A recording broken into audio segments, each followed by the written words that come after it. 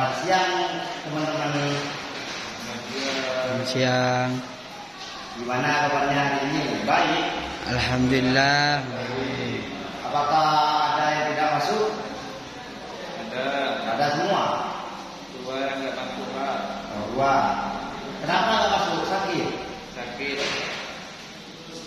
Baik, sebelum kita mulai pelajaran hari ini, lebih baiknya baca doa terlebih dahulu. Bismillahirrahmanirrahim. Rabbi zidni ilma warzuqna fahma. Amin ya rabbal alamin. Lanjut pembahasan. Sekarang pembahasannya tentang nomor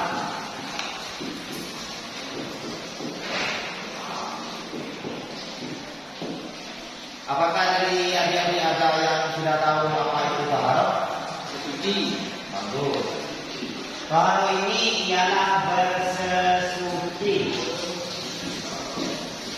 dari hadas dan najis.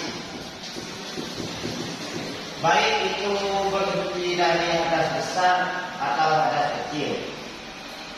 Jadi jikalau teman-teman melakukan ibadah maupun itu mau membaca Quran atau melakukan sholat, lebih baik teman-teman itu harus bersuci terlebih dahulu. Bisa disebut dengan taharah, yang mana takutnya ntar di pakaiannya teman-teman ada yang kotor atau ada yang najis. Lebih baiknya itu harus taharah bersuci atau membersihkan dulu. Jadi di sini sudah dijelaskan dalam Al-Quran bahwasanya Bismillahirrahmanirrahim. Innallaha yuhibbut tawwabina wa yuhibbul mutatahhirin.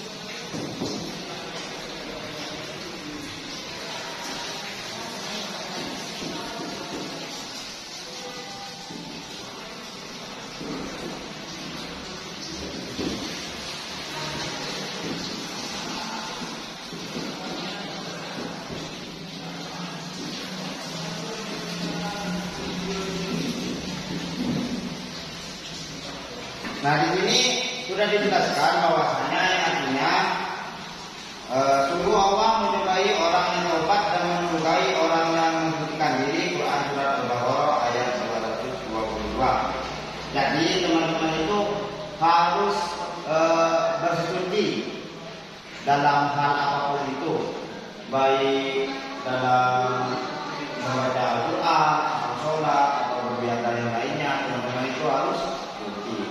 Seperti contoh teman-teman jikalau sholat di pakaiannya ada kotoran atau semacam apa, apakah sholatnya itu sah atau tidak?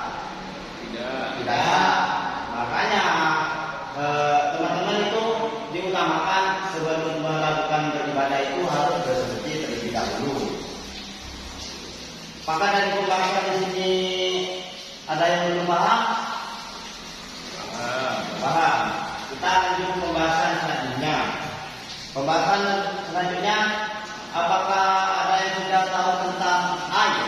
Air itu dibagi menjadi berapa? Dibagi 7 kalau nggak salah Ustaz. Ditutup 7 sama 4? 4. Oh, 4 ya. 4. Yang pertama ada yang namanya air mutlak.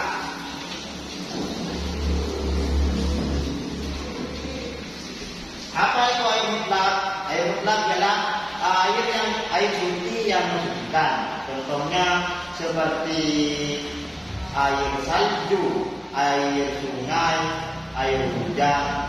Itu kita dapat digunakan untuk mensucikan.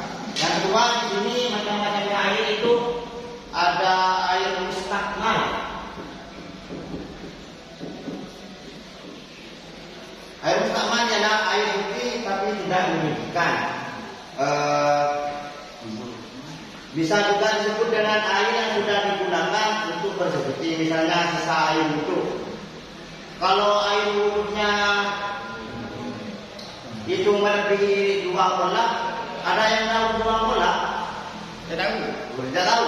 2 kolak itu ya 270 liter air.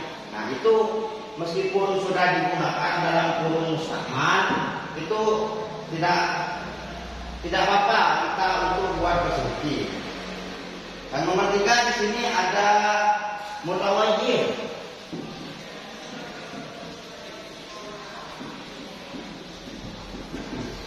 Mutawajjih ini ialah air suci tapi tidak dapat disucikan karena berubah sifatnya, maupun dari warna ataupun dari bau dan rasanya.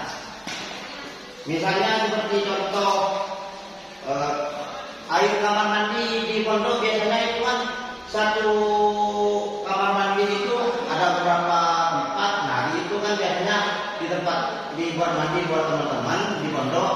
Nah itu kan kebanyakan tercampur dengan air sabun, yang mana air tersebut bisa dikatakan dengan air mutawajjih. Lanjut pembahasan yang terakhir di sini, macam-macamnya air. Ada air mutanajjis atau disebut dengan air najis. Air najis di sini ialah air yang terkena najis dan jumlahnya kurang dari 2 kolak serta berupa sifatnya terkena najis. Nah, di sini air najis ini haram untuk digunakan untuk bersuci. Kenapa haram? Karena terkena najis dan juga berubah sifatnya dan juga tidak mencapai 2 kolak. Jadi air mutlak ini air yang boleh digunakan buat wudhu. Air musta'mal ini juga dibolehkan untuk buat wudhu, dan air yang berubah atau mutawajjih ini juga dibolehkan buat wudhu asalkan melebihi dari 2 kolak. Dan yang keempat, ada air najis atau juga disebut dengan air mutanajjis. Itu air yang tidak dibolehkan atau diharamkan dalam bersesuci atau berbuat wudhu. Apakah dari penjelasan sampai sini ada yang tidak paham? Insyaallah paham Ustaz. Insyaallah paham semua ya. Ya. Kalau gitu, kalau sudah paham semua, saya akan tutup mata pelajaran hari ini dengan pembacaan surah Al-Fatihah. Semoga apa yang sudah kita pelajari hari ini bisa bermanfaat dan barokah. Ala kulli halin Al-Fatihah.